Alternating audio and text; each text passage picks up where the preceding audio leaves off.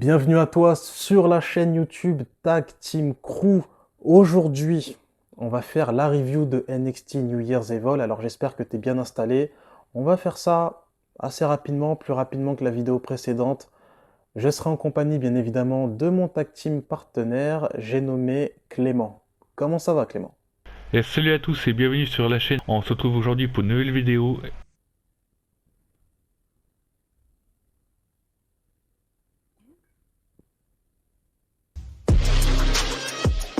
Art imitating life, now y'all just saying lies. Got these suburban nights thinking y'all ain't afraid to fight. Right in the mirror, crying a little, you shaking right. Down south slang, music with these hustlers. Keep it true to self and never sell out with these busters. I ain't finna tap dance, I don't give Down south slanging, rolling with these hustlers. Trying to get rid of all you haters and you busters. T'en veux ou pas? T'en prends? Non, c'est bon. Bon. Bienvenue pour cette review d'NXT New Year's Evil. Ah, c'est bien ça. Hein. C'était un weekly ou un pay-per-view? Je me pose la question, vu la qualité du show, je me pose vraiment la question si c'était un pay-per-view ou pas. Non, franchement les gars, je vais pas vous mentir, j'ai vraiment apprécié ce show. Alors je sais qu'il y a beaucoup d'entre vous qui détestent la version NXT 2.0. J'ai vu pas mal de commentaires, que ce soit américain, que ce soit français. Et moi, étonnamment, c'est tout l'inverse. C'est-à-dire que Black and Gold, c'était cool, mais le fait qu'ils renouvellent justement le produit NXT, j'ai trouvé ça extrêmement intéressant. Et là, ils se dirigent vers une direction qui me plaît, c'est qu'ils souhaitent mettre en place de nouvelles stars au sein de la compagnie. Et pas des mecs qui ont 10, 15 ans d'expérience derrière eux. Bron Breakker, il a fait ses débuts, si je ne m'abuse, il y a moins d'un an au sein de la compagnie.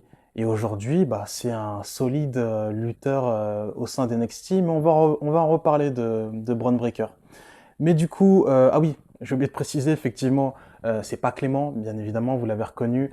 Vous avez reconnu que c'était pas Clément. T'as compris ce que je voulais dire.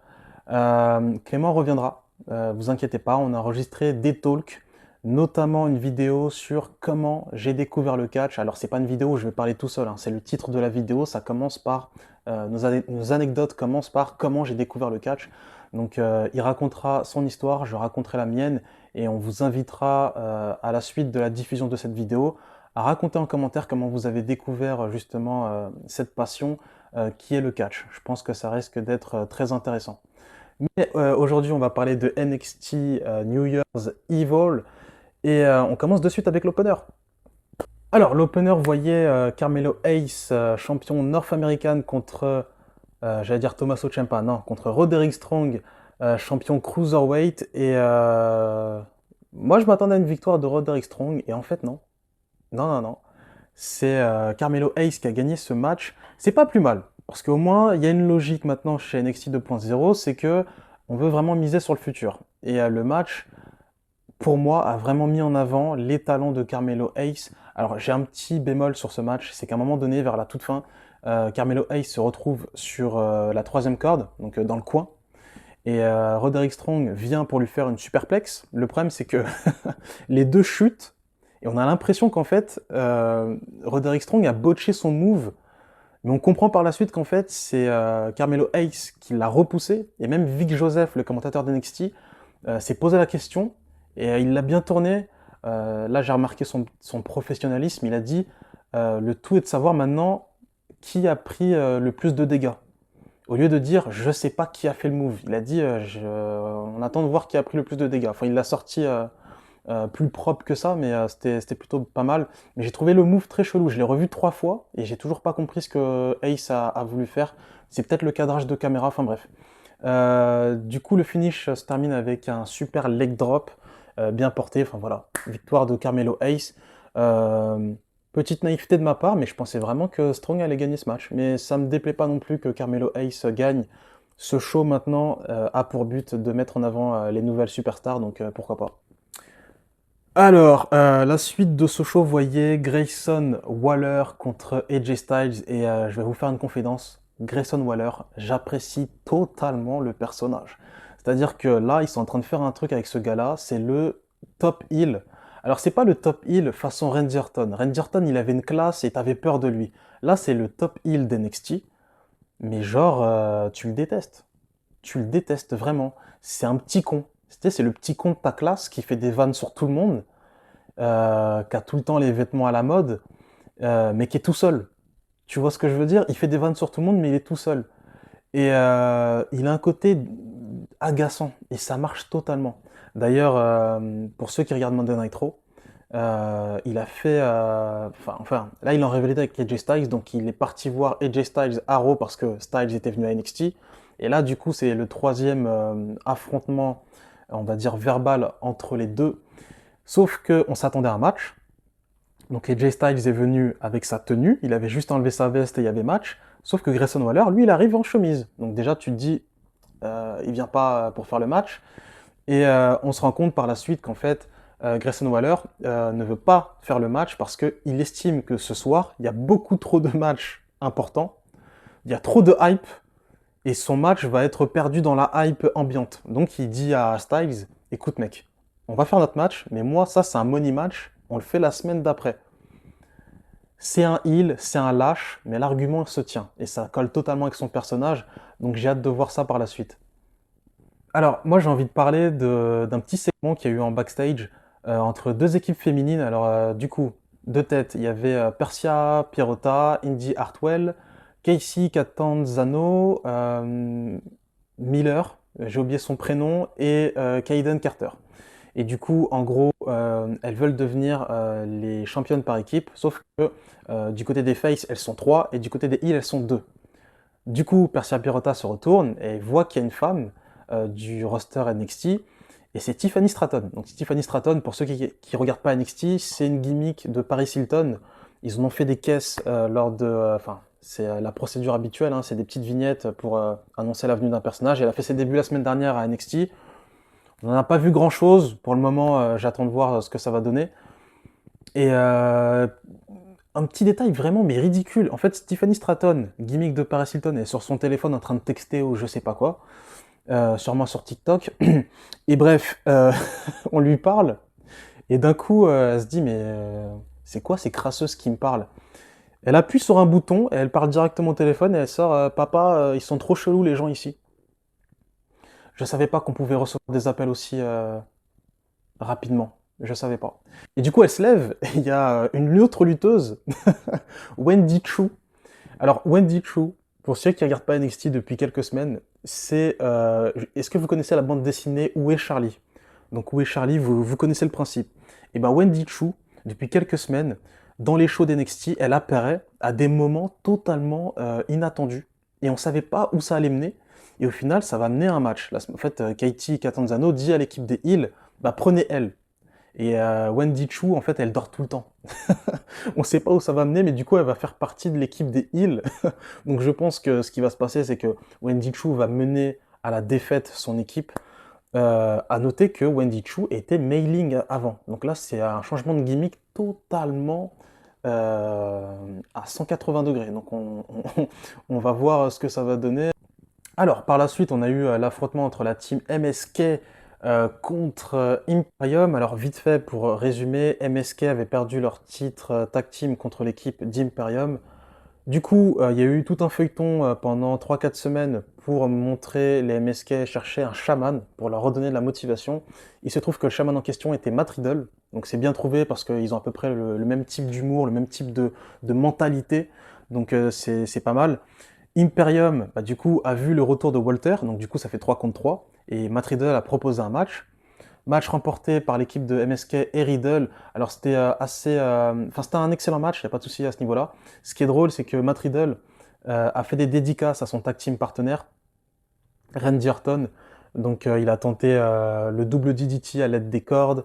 Il a terminé le match sur un RKO. Donc non, c'est plutôt cool. En vrai, j'ai plutôt apprécié ce match-là. Je suis quand même déçu. Je m'attendais à ce que l'équipe d'Imperium gagne. Parce que pour moi, Walter, c'est le genre de mec qui doit écraser tout type d'adversaire que tu lui mets en face de lui.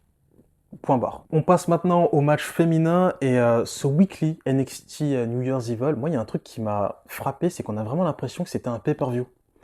Alors que non, c'était vraiment un weekly. Et les entrées sont assez drôles, enfin drôles. sont assez spéciales parce que Corey Jade fait son entrée en skateboard, comme d'habitude. Raquel Gonzalez vient en moto. Mandy Rose vient en hélicoptère. Donc là, c'était l'escalade de la surenchère. Et le match en lui-même, le match n'était pas mauvais, mais j'ai un problème. Mandy Rose, c'est quand même une femme qui était du côté d'NXT, qui est ensuite passée dans le main roster, qui est ensuite revenue à NXT, mais qui est toujours aussi limitée dans le ring. Et elle est championne. C'est gênant. Cora Jade, elle a 19 ans, et on sent qu'elle est encore un peu green sur le ring. Bon, Raquel Gonzalez, j'ai rien à dire. Elle a fait son match. Par contre, j'ai un petit détail, c'est qu'à un moment donné, elle porte sur ses épaules ses deux adversaires, donc Mandy Rose et Cora Jade, et elle fait un Samoan drop vraiment bizarre. Je l'ai trouvé hésitante sur ce move. Enfin, je sais pas, c'était porté vraiment bizarrement. Enfin bref, c'est peut-être moi qui chipote. Mais sinon, le match a vu Mandy Rose conserver, ce qui ne m'étonne pas, parce qu'ils sont en train de construire Mandy Rose comme une diva vraiment. Bah, une diva, ouais, on peut le dire. C'est vraiment, pour moi, c'est pas une championne féminine. C'est plus. T'aurais appelé le titre Diva, ça aurait totalement été crédible. J'ai peut-être créé une polémique là. Alors, le show se poursuit avec un segment avec Andre Chase. Alors, si tu regardes pas NXT 2.0, Andre Chase, c'est quoi? C'est qui? Sa gimmick, en gros, c'est un professeur d'université fictive. Alors, je sais pas si c'est professeur, directeur, c'est un peu un mélange des deux. Et en gros, ce gars-là, à chaque fois lorsqu'il fait un match ou une promo, il y a un côté de l'arène où les gens ont le t-shirt, enfin le pull de l'université, donc Chase U, et il fait une promo pour vanter le fait que l'un de ses étudiants a été agressé par Harland, donc le protégé de Joe Gacy. Il se fait interrompre par Von Wagner, qui est pour moi l'un des prospects d'NXT actuellement le moins intéressant. Mais là, pour le coup, ils ont fait quelque chose qui va peut-être relancer le personnage, c'est que Von Wagner arrive et il pète un câble. Il pète un câble et il veut qu'on le reconnaisse, il veut qu'on le reconnaisse à sa juste valeur. Et il s'en prend à l'étudiant que Andre Chase a mis en avant. Donc il le prend, il le chope, il le met au sol. Bien évidemment, il défonce Andre Chase. Et ça m'a surpris, il s'en prend au public. À un moment donné, il arrive et tout, il chope un gars du public. Alors bien évidemment, on est fan de catch, on sait très bien que c'est des mecs du staff. Mais sur le moment, en fait, tu t'y attends pas. Tu te dis pas que le mec comme ça, avec habillé en tenue de ville, c'est un mec du staff et qui va se faire soulever. Et au final, c'est assez intéressant. Et le fait que Von Wagner commence à péter un plomb, peut-être que ça va donner un peu de moutarde à son repas, parce que je le trouvais un peu terne comme personnage, donc c'est pas plus mal. Et le main event, Bron Breakker contre Tommaso Ciampa. Alors, faut qu'on parle de l'entrée. Hein. Faut qu'on parle de l'entrée. Alors, comme vous le savez, je vous l'ai dit, NXT avant c'était Black and Gold, et là maintenant c'est NXT 2.0. Donc du coup, c'est plus du tout les mêmes couleurs, c'est plus du tout la même arène. Lorsque Bron Breakker fait son entrée, Bron Breakker qui est le fils de Rick Steiner et le neveu de Scott Steiner, donc lui c'est vraiment la superstar qui est montrée comme étant la prochaine grosse star de la WWE, en tout cas d'NXT, enfin c'est déjà le cas, c'est la grosse star d'NXT.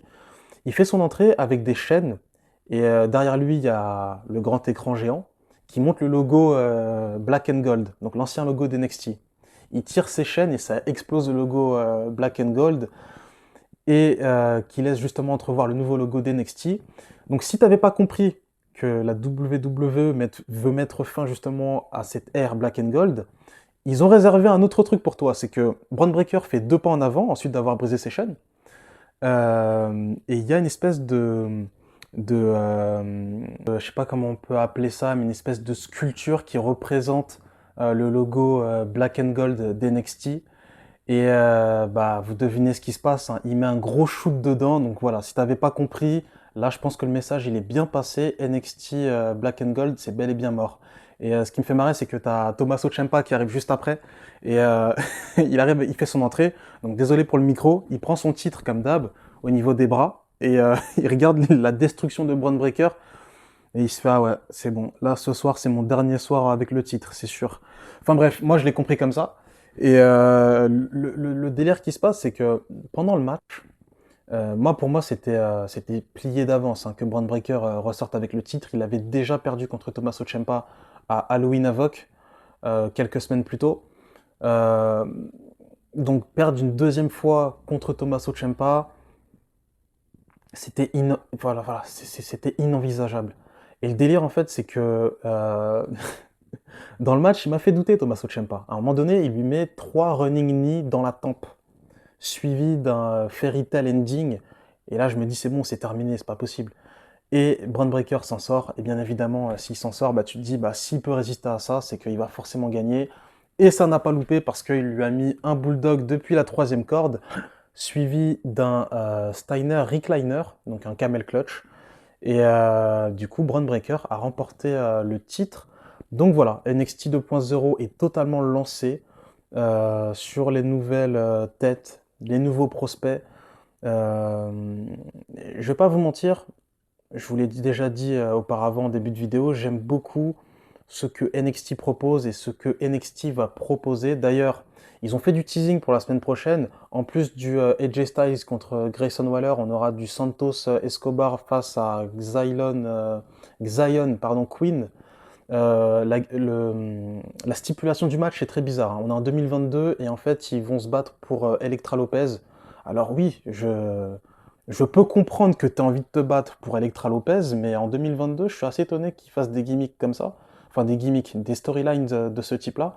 Il y aura aussi Cameron Grimes. Il y a une petite promo où il annonce que il veut se frotter au titre. Donc, je ne pense pas qu'il va le remporter si c'est Breaker en face de lui, mais pourquoi pas. Et qu'est-ce qu'on a d'autre? On a aussi Solo Sikoa, qui fait partie de la famille des Usos, qui va affronter Boa.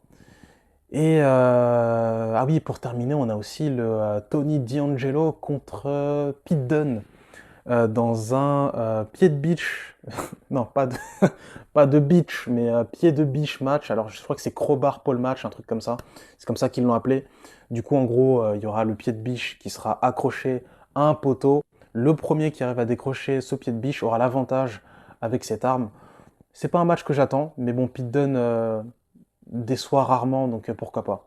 En tout cas, bref, si vous avez aimé ce concept de review, de petite review d'NXT New Year's Evil, je compte en faire prochainement pour les épisodes suivants. Toujours à noter que Clément sera de retour pour les prochaines vidéos, ne vous inquiétez pas. Petite promo pour la chaîne, n'oubliez pas de vous abonner au compte Twitter et au compte Instagram qui ont été créés très récemment. Quant à moi, je vais vous souhaiter une bonne année 2022. Prenez soin de vous, prenez soin de vos familles. Soyez vrais et lucides, solidaires et solides. On se dit à plus les gars. Peace.